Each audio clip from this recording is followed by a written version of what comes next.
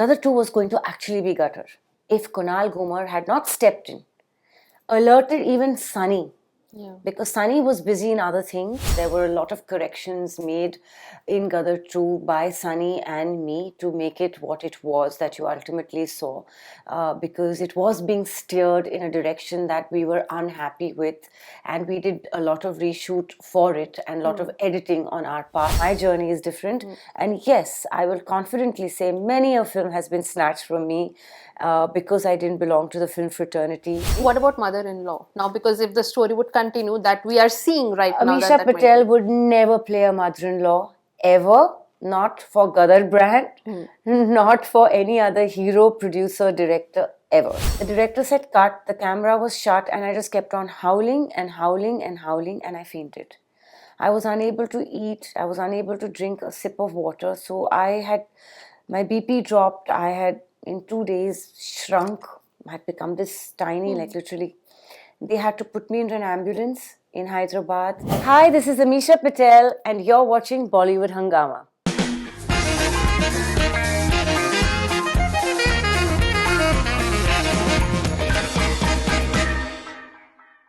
she is basking in the glory of the biggest hit of last year, that is Gadar 2. Yes, you guessed it right. I have Ameesha Patel with me. Welcome, Ameesha. How are you? I'm good, and thank you for having me on your show. Oh, it's always lovely to have you, and I think we have had amazing chats throughout the years.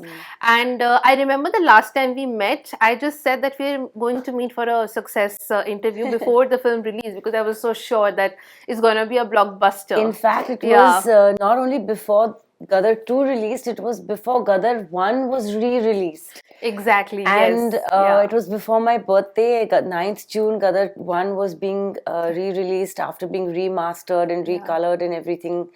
And you had told me even Gadar 1 is going to do really well yet again. And I was like, how can it, and you really predicted that right, because not only did the re-release do well, but so did, of course, Gadar 2 made history yet again. So you have a vision. Yeah, I think probably I should start tarot card reading or something. But congratulations, and also congratulations on winning the award at Bollywood Hungama Style Icons. And yeah, congratulations on that. Thank you very much. I think people really loved it, and especially the title of the award, for the multifaceted and stylish, artist of the year. Everyone was like, it so suits you. So I think it was a beautiful title for the award. Yes, the category was amazing. Yes, because you can be a Sakina and also you can do Lazy Lame. So definitely multifaceted. Okay, I have to ask you, I even messaged you that, I saw these posts on the internet that Humraaz 2 is happening, it's happening. When is it happening and what's the status? Well, Humraaz 2 is on the cards. And it'll definitely happen. In fact, I met the directors Abbas Mustan Bhai also a couple of weeks ago, and they were like, we crack a script and then we want to elevate it to another level. So they're in the process of fine-tuning that, and you'll hear the announcement when they're ready very soon. Okay, and what about Gadar 3? Well, Gadar 3, I think Mr. Anil Sharma, the director, has been openly saying that Gadar 3 is happening, and that he even declared it on national TV at one of the awards, that on receiving the best film, he said that Gadar 3 is very much on. Of course, as soon as I know whether I'm part of it or not part of it, I will definitely let you know about that. But I don't think so. Gadar series can be will be incomplete without you. I think the audiences, for everyone alike who's attached to the brand Gadar from Gadar 1, for them, Tara plus Sakina equals Gadar. Absolutely. It's like you can't have a film without the heart and soul, and Tara and Sakina are the heart and soul. So definitely. Yeah. So, during the making of Gadar 2 and promotions, obviously, there were some issues between you and the director.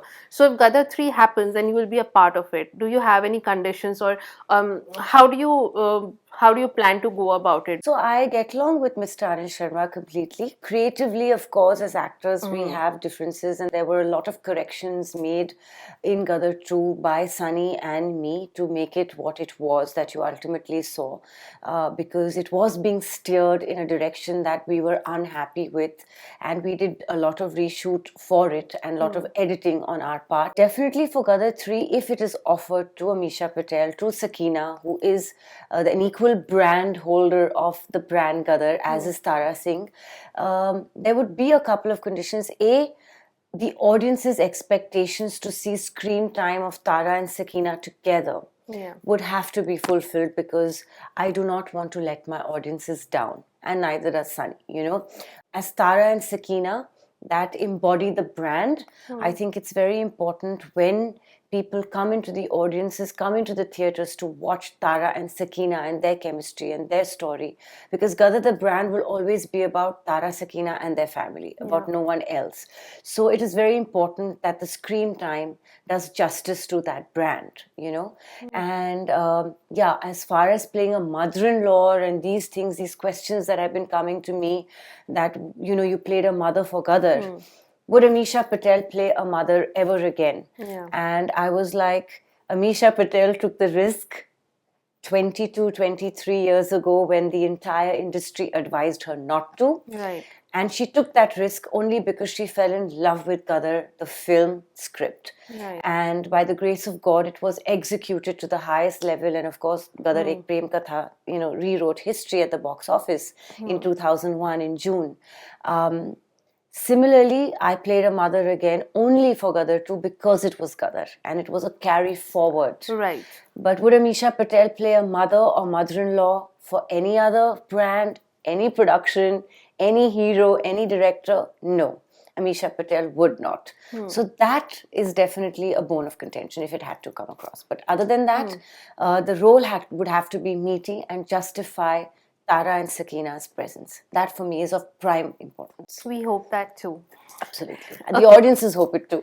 Yeah, I was watching a lot of videos on pretty privilege. Now, you who have always been pretty, you used to get so much attention from the guys when you were in school, and of course you became an actress, and for at that time especially, if you have to be an actress, a mainstream actress, good looks were like the main part of it. Do you think pretty privilege exists? I'm asking someone who has always been pretty. Pretty I always got a lot of male attention and attention full stop from elders and everything, from school, university. But if you're talking about getting ahead in life, yes, you can have a lot of guys chasing you, and they can do silly things like bring you flowers and gifts and, drop you from an airport to your university, which was a big deal back in the day when I was studying in Boston and things like that. But can they get me top grades in a college? They can't. Did my prettiness get me to become head girl of cathedral school? It did not. I had to work hard for it. Right. I had to study to get top grades. I had to be an extracurricular queen. I had to be top of all my extracurricular activities in order to be an all-rounder, in order to become head girl of the cathedral school, which is a very prestigious designation to become head girl. Till today, when cathedralites, ex-cathedralites, parents of current cathedralites meet me, they're like, oh, you were head girl of school. Oh, you were head girl of school. That almost is my first identity before even Ameesha Patel, the famous movie star, But that doesn't come with good looks. All head girls and head boys have not been good looking. It's you work hard. My good grades got me into a good university in Boston. I went to Tufts university in Boston, and I worked very hard to graduate with top honors. That my looks couldn't have got me. No one's going to pass me and give me top honors because of looks. In films, I think there are many good-looking people who come and go, and they've come before me, and they've come after me, and they've had a shelf life that has been very short. Ultimately, it is your talent. Ultimately, it is also to remain relevant in a cutthroat industry like the film world. You have to have a good body of work, and no matter how good looking you are, if you don't have that body of work, you will not last. Your shelf life will be very limited, and to stay relevant. I've been behind the camera now for 25, 26 years. My first film released with Kona Pyara in 2000 January, and I'm still here, and I'm here to stay provided the kind of films came to me. What is privilege in a film industry is if you belong to a film family, not your looks. And sometimes not even the merit of the good work that you've done. Definitely people who hail from film families, star kids, and film family definitely have an edge Right. over an outsider, for sure. So that is the privilege, not looks here. You said this very interesting point right now, and I was recently watching Aisha Deol's interview, and the reporter asked about you that you mentioned in my interview last year that how Star Kids took away a few films, right? And she said that nobody snatched anybody's films. We didn't care about other people. We were all in our own zone. Now, what do you have to say about that? I think her experience must have been very different, hailing from such a prestigious Deol family and being Dharmendra Deol and Hema Malini's daughter. Of course, that comes with a lot of benefits. And then she's worked hard to, of course, work her way through, etc. But everyone's journey is different, and I don't think you can compare apples and oranges. And I definitely was a fruit outside of the film industry, so my journey is different. And yes, I will confidently say many a film has been snatched from me because I didn't belong to the film fraternity, and many shows, performances on stage, world tours definitely were snatched from me. And I think also because I never had a relationship with any, really big producer or actor, etc. It's always tempting to have someone as a partner who becomes like a power couple. That's always attractive, whether it's endorsements, whether it's films. You do get that advantage, and not only here. It's in Hollywood. It's anywhere in the world. You definitely, if you hail from a certain background, you will get that push. A doctor's child will always get a push in the medical field. A corporate person in their business will get that push. So if you go into a business that you hail from, an industry that you hail from, you will have that added advantage for sure. It's not only the film industry. So definitely there is that. So I came from outside. And Ameesha Patel still made it, minus having a godfather here. So I have only God to thank for that, Yeah, definitely. I want to ask you, what has been the worst thing done to you because somebody was jealous of you? And here I'm not only talking about the films, before also, right? Because as you mentioned that you were an all-rounder, you came from a very privileged background. So everybody must have looked at you and be like, oh, she has the perfect life. Why don't I have it, right? What's the worst thing that has been done to you? Well, I think I faced it from school, where though I worked really hard for my grades, I worked really hard on my extracurriculars, went to one of the most prestigious schools and then universities. But when I achieved, people always felt that, like you said, she has the perfect life. It was not perfect. I worked really hard for it. I battled silently my own hurdles and my own silent wars. I face them till date. People never speak of the silent wars or battles and hurdles that a human being goes through. They only see the end result. They don't see the journey.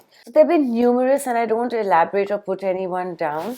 But like in school, out of jealousy, or in university, if I was the one getting the top honors at classes, being, top of class, getting the head girl title or valedictorian, etc., in university as well. And a certain guy liked me, but another girl liked him. There would be purposely, girls would go and tell them rubbish about me and stories that were not true. And it would cause distances between friendships and things like that.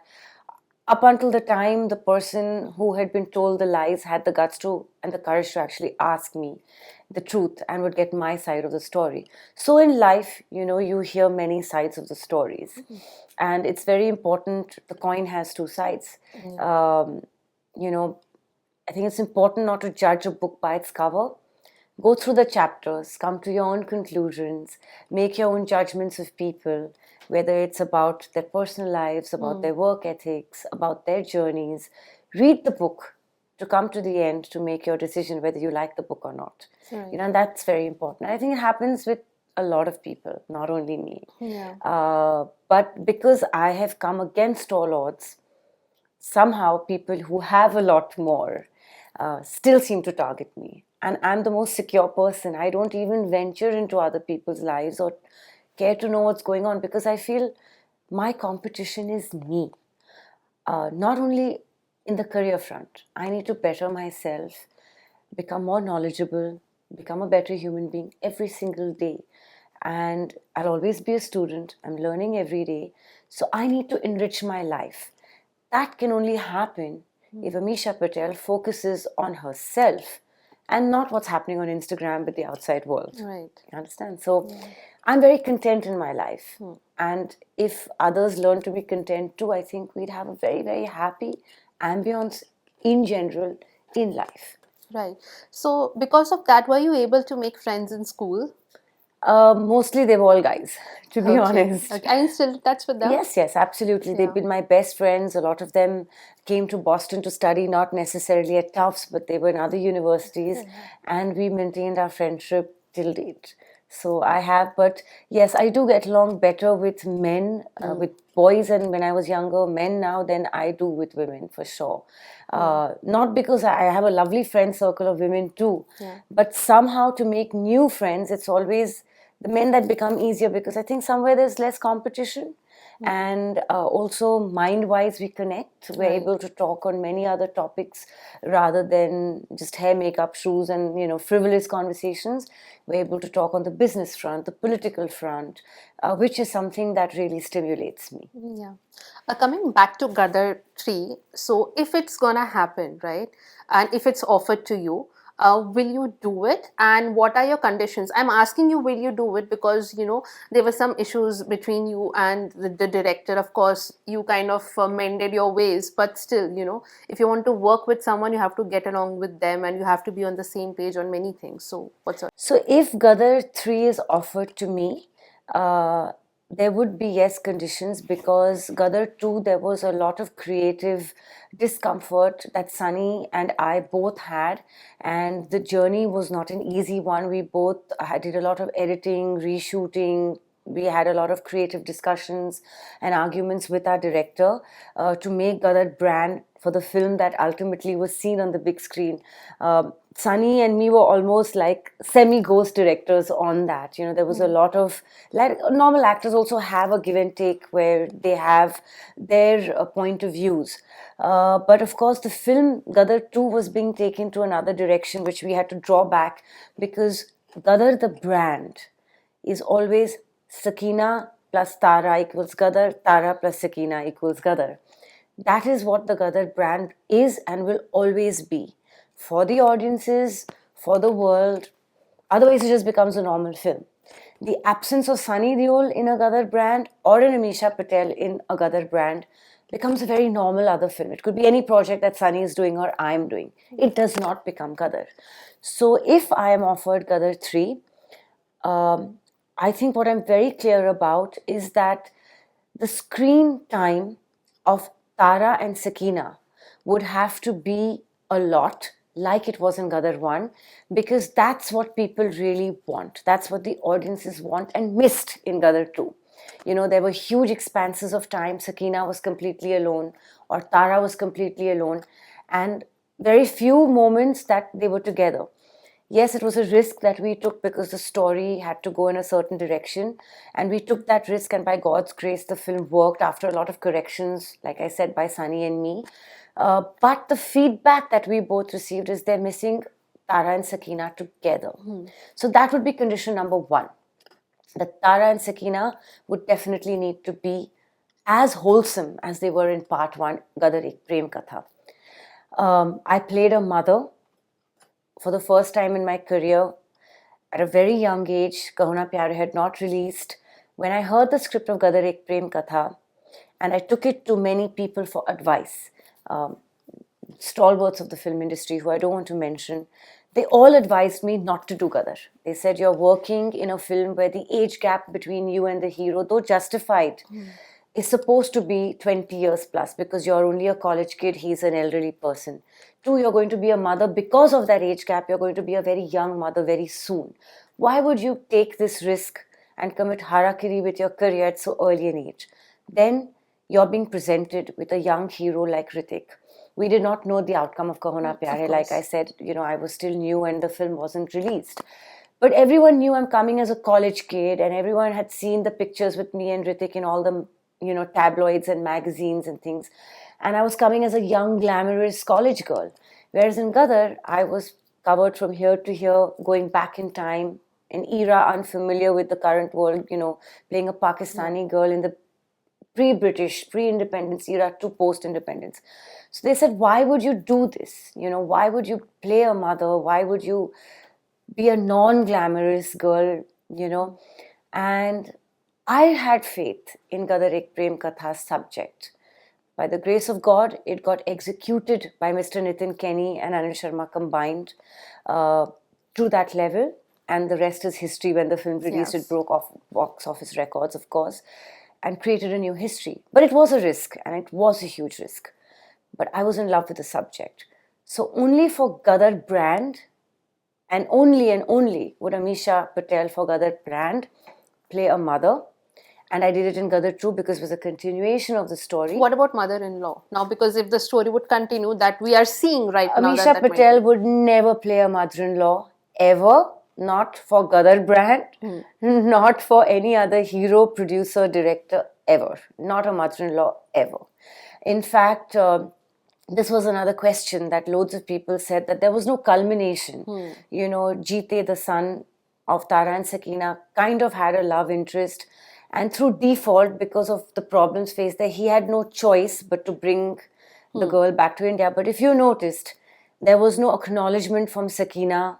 Right. And in the final shot of the film, it is only Tara, Sakina and Jeete, Gadar. The family, Tara, Sakina and the family hugging each other. And the film ends there. And it ends with the Taj Mahal shot, which was which was the memento and the symbol of love of Tara and Sakina. So it will always be about Tara and Sakina. I don't think there's place for another, person to enter. Definitely, I would not play. Ameesha Patel would not play a mother-in-law for Gadar or any other film. That's for sure. She played a mother for Gadar because she had complete conviction of the subject, though warned not to, but never again. Okay, so we got our answer here, and our fans also, your fans also got the answer here. My next question to you would be, we have often discussed about your grandmother, right, and how close you were. And you were very sweet to me when I was talking about my personal to you. I want to ask you, how did you deal with it? Because she was, and maybe she is, your pillar of strength, right? How did you deal with the loss? What did you go through? I know everyone goes through pain, but if you could talk about it in a very visceral way. I, in fact, dreamt of her last night itself. It's funny you would ask me this question because I dreamt that I was at her home and she lived in Pune, so I used to have to go there whenever I had my free time, and I made sure I took out my time for her, for sure. Once in 10 days, once in 15 days, I'd go spend 2-3 nights with her. I'd bring her to Bombay to spend time with me, take her to shoots with me. I was attached beyond anyone's understanding, I think, of the love and the attachment that I had for her is beyond this known world. She was my mother, father, brother, sister, best friend, everything for me. I had a relationship that was so beautiful. I know a lot of kids share that with their grandparents, and we'd all like to believe ours is unique. So I'd like to believe mine was unique too. But when I got the news of her passing, I was shooting for a Telugu film with Balakrishna in Hyderabad at Ramoji City, and I received the call at 12:30. I had one phone that only she and the staff at home had that number. And when that phone used to ring, I used to know she's either not well or it's an emergency. But up until that time, I had never received a call at 12:30 at night. It was always in the daytime. Even if she had fallen sick, and I'd make sure doctors were arranged and everything immediately. I took complete care of her in her last few years. Everything, her medication, her eating, her kitchen, her staff, her home, everything was my responsibility. And of course, companionship and love, which is what they crave for the most. Definitely. But I got that call and I was shattered. I thought the earth beneath me had just been pulled and I was willing to be swallowed up myself. I somehow made it to Pune from Hyderabad via flight and car journeys and etc. And when I saw her lying there and I did her last rites, and I got the privilege to do the last rites like a son would do for their parent, I could not believe. And I just kept crying and whispering into her ear that don't leave me now. I will be completely alone. And film world is such a world, they don't give you time to grieve. It was literally a few hours. I had to cremate her and I had to be back on set. Gosh. So I didn't have time to cry. I didn't have time. I was crying throughout my journey back and forth from Hyderabad to Pune and Pune back to Hyderabad. I had to be ready for a 6 a.m. shift the next day and I had to be on set. And sadly enough, or coincidentally enough, I was doing a shot where I had to cry in front of the camera. It was a sad scene. The director said cut, the camera was shut, and I just kept on howling and howling and howling, and I fainted. I was unable to eat, I was unable to drink a sip of water, so my BP dropped, I had in 2 days shrunk, I had become this tiny, like literally. They had to put me into an ambulance in Hyderabad. Balakrishna was very sweet. I had gone stone cold. They thought I was almost gone myself. He took a bunch of keys because we needed something metallic and rubbed it on my feet to get the blood flowing. And I was taken in my costume, my film costume, to hospital, put on IV drips and things because I had not eaten in 3 days. And immediately after, I was revived for an entire day at the hospital and I had to again go back on set. I was down with fever and my immunity had crashed and I was not, every morsel of food, chocolate, water, anything that was put in front of me, I kept saying, she's not here to taste it. She's not here to eat it. She's no more. She's no more. She's no more. And no matter what calls from friends and family and well-wishers I got to give me that strength, I was finished. Till one day I came to after a couple of months, that she's an angel and she's in the heavens and she's protecting me. And till date, I feel she's alive and she's my guiding light. Absolutely. And she's with me. And in fact, last night when I dreamt and I woke up this morning, I know the dream so vividly. She was like, don't go. We'd come from an evening drive and all. I said, okay, I'll stay back for tonight and I'll go tomorrow after breakfast. I won't drive back to Bombay today. And it was so vivid. The surroundings, the house in Pune, her bedroom, our times. I could hear her, Mm-hmm. And it's like she's never left me. And she never will leave me. Absolutely. And even now when I'm unwell or something ever happens, I don't fear death because I know because in that I go back to her.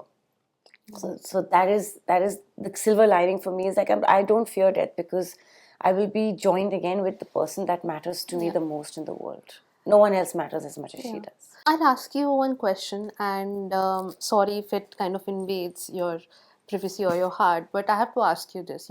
When you lose somebody that you really, really loved or loved the most, right? You kind of feel, ab mere piche kisi ka haath nahi hai, right? Now I'm all alone. Do you feel that? I did when when she passed away, I felt now I'm all alone. And my guiding light and the love of my life is gone and I felt a terrible vacuum. I still do, that absence will always be felt. Wounds don't get better. They heal over time, but they leave the scars. Right. Let me just say that people say you heal over time. You heal, yes, but the scars remain. But I take solace in the fact because truly, truly, truly, I believe she's an angel protecting me. If today Gadar was such a big hit, it's because of her. She wanted her grandchild to see the success once again. Yeah. If good things happen, it's because of her. If I've been able to overcome my bad times, it's because of her strength and nothing else. I have great support in Kunal, my best friend and business partner. But God and her have been my guiding light from above for sure. Definitely. And no one can come close to that. No one can take that place. Definitely. Now I have to ask you a fun question. When was the last time you went on a date?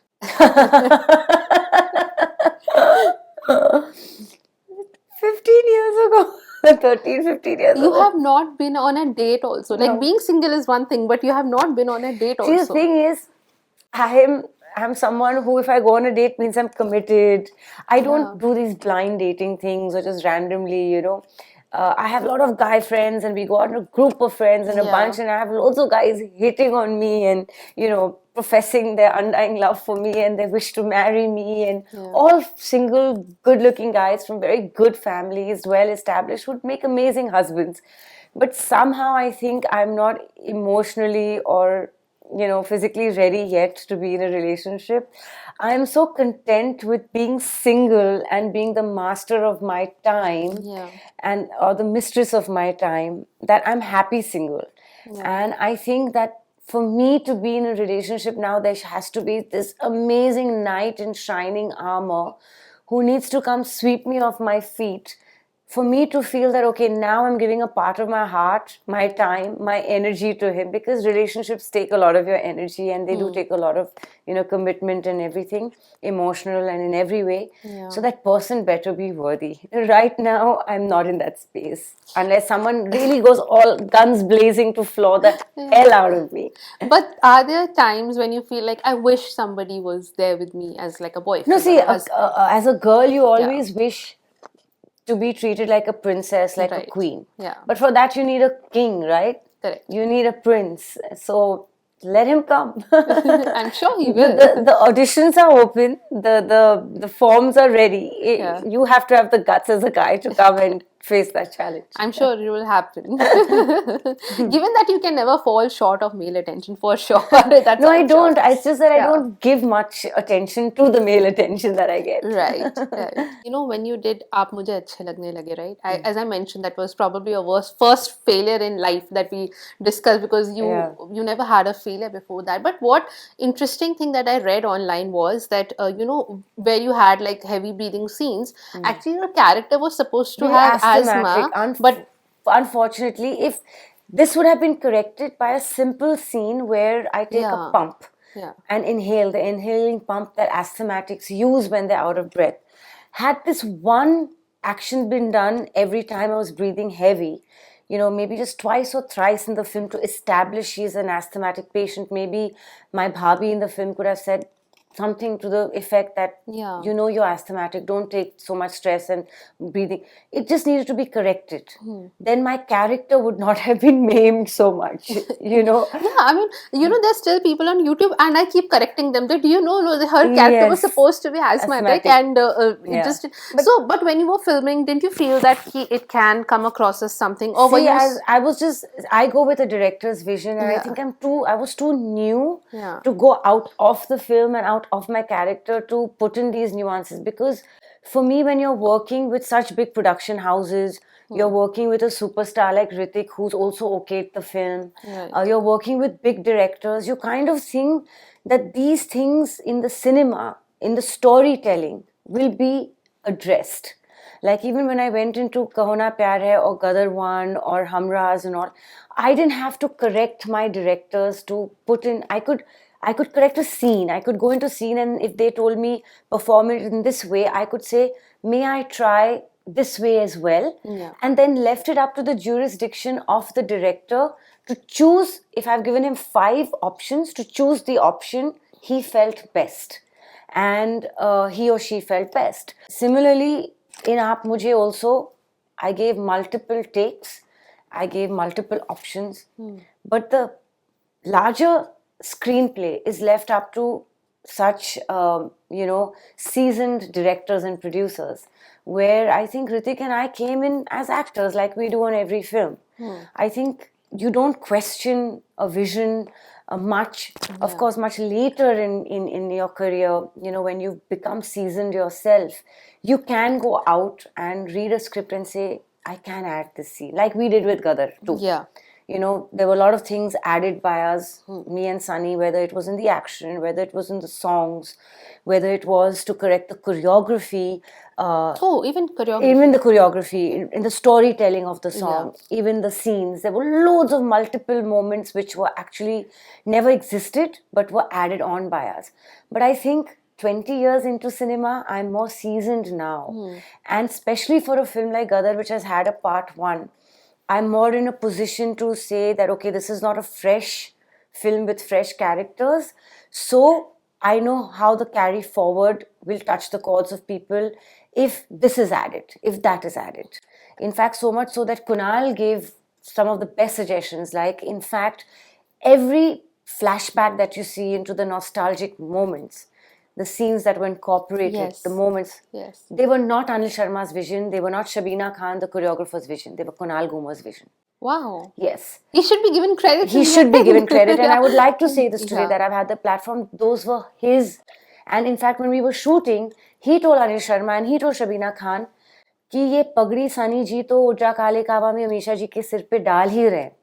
He's putting it on, but I am connected to the film. Y'all are connected. Y'all know this pagri is the one that she made for him and left when they were supposed to never meet again. When he was dropping her to Lahore. Yes. In the first part, how's the audience going to connect? How's a whole new generation that is not connected to a film and has never seen the film going to connect? Yeah. Put the flash cut. Put the flash cut of the Dulhan ka dupatta. How will I know that the dupatta she's ordering is her shadi ka joda? Absolutely correct. These were Kunal's vision. So every time you see a flash cut, it's Kunal's vision. Main nikla gaddi leke. The song was missing romance. Yeah. The most beautiful portion where you see Jeete goes, turns off the light, and us mode pe ek mutiya kadi kutiya, and Sunny comes to me and Jat Yamla Paga, he comes to romance me. That was Kunal's vision. Wow. There was no mention in the entire film about Sakina talking about her parents. The film was based on Amrish Puri ji being killed, being hung, and that was the bone of contention. Right. Why this whole enmity was spewed by the villain, where he had to hang my father, Sakina's father. How does Sakina, when we saw the edit, Kunal said, Sakina ने अपने माँ बाप के बारे में पूरे film में एक बार भी जिक्र नहीं किया. When we saw the rough edit, that scene where I am looking at the pictures and Sunny comes and talks to me and Tara Singh says ki, and I talk about that, my feelings and how Abba Jan and Ammi must have felt when I had gone away to university and to school and college. Same way is the way we are feeling about our child not being there. This was Kunal's idea. He incorporated. There was another scene that we had initially shot, which was a baseless scene that we still get the phone call. We're still talking about Jeete being in Chandigarh. But there was no element of a mother-father missing a child where Sakina connects to her parents. How can you have Sakina not talking about her family when the film is a revenge? It's actually, the villain takes revenge. He hates Tara Singh. He hates what he's done to Pakistan. And in order to take revenge from him, he slaughters my own father. He hangs my father. So there had to be Absolutely. So there were many such points. That will take a whole interview of yours. But Kunal Guma is strictly the reason why Gadar went right. It was going very wrong. And it's very important for people to know because everyone deserves credit Gadar for what 2 they have done. was going very wrong. Yeah. It would have, Gadar 1 when it was released, a lot of journalists called it gutter on that first Friday. Really? Yes. Before, of course, it created fire at the box office. Gadar 2 was going to actually be gutter if Kunal Gumar had not stepped in, alerted even Sunny, because Sunny was busy in other things and other projects, and he had not seen an edit even before there were solo portions of his being shot. Kunal actually had to pick up the phone and alert Sunny Deol that these things have gone wrong. So when you go for your action schedule, please correct certain things, take it in the correct line. And Sunny got alerted, started focusing, correcting the action, correcting the edits, correcting what was happening, things like that. There were a lot of disputes because there was another hidden agenda that was there with Mr. Anil Sharma, and he was deviating from making Gadar, and if today Gadar 2 has done and saved the box office and infused that oxygen, like a lot of people, a lot of big critics actually saw the real footage of the film and actually told Kunal that, oh my God, y'all have saved the box office. Y'all have not only saved Gadar brand, y'all have saved Bollywood. Because up until then, it was only, the South films that were being, getting the numbers. So Kunal Guma is singularly responsible for making sure that Gadar 2 became Gadar 2. Now that brings me to the question that you have your own production house, and if you have such a talented person with you, and you also gave your inputs, why don't you make a fabulous film or a show, whatever? We will very soon. Yeah. It's a little difficult being a girl in the industry. Kunal is not from a film background. Had he been Karan Johar's son, Aditya Chopra's son, Bhushan Kumar's son, Sajid Narwala's sons, it would be much easier to convince people that he knows the know-how. Like I said, when you come from outside, it's much easier to get a footing to convince people that you know your job.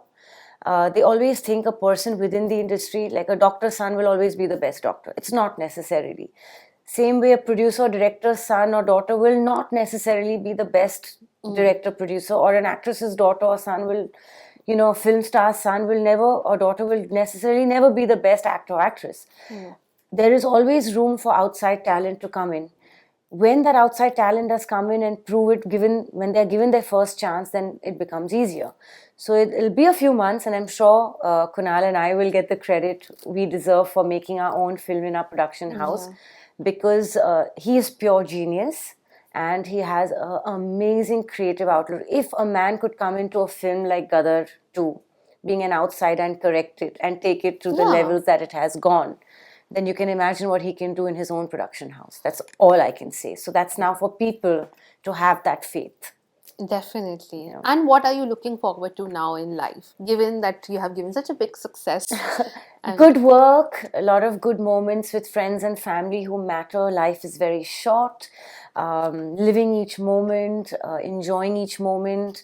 Definitely enriching myself as a person with more books I read, with more travels that I go to, new destinations at the work front, being given opportunities to play characters that I have not, be it period films of a Mughal era, be it a spy, be it a detective, be it a combat girl, be it a negative character.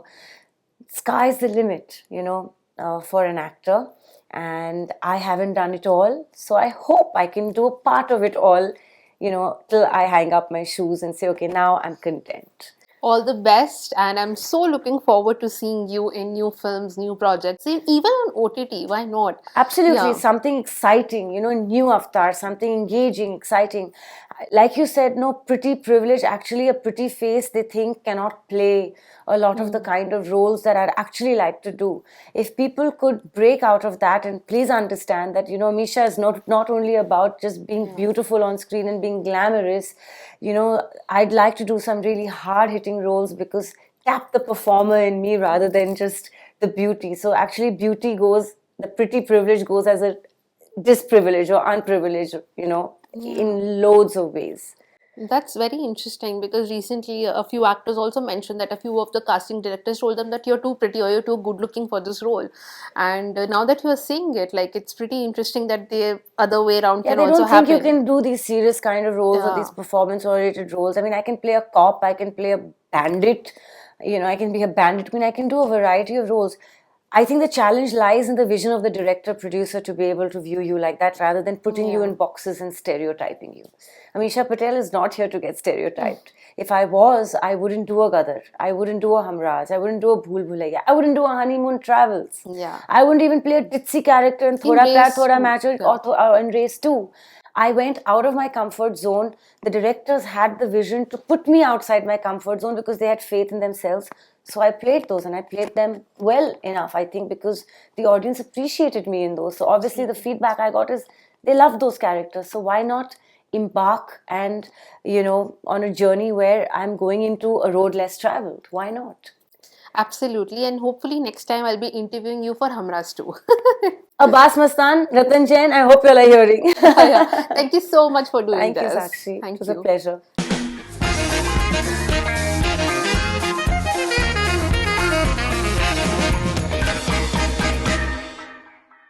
Hi, this is Ameesha Patel, and you're watching Bollywood Hungama.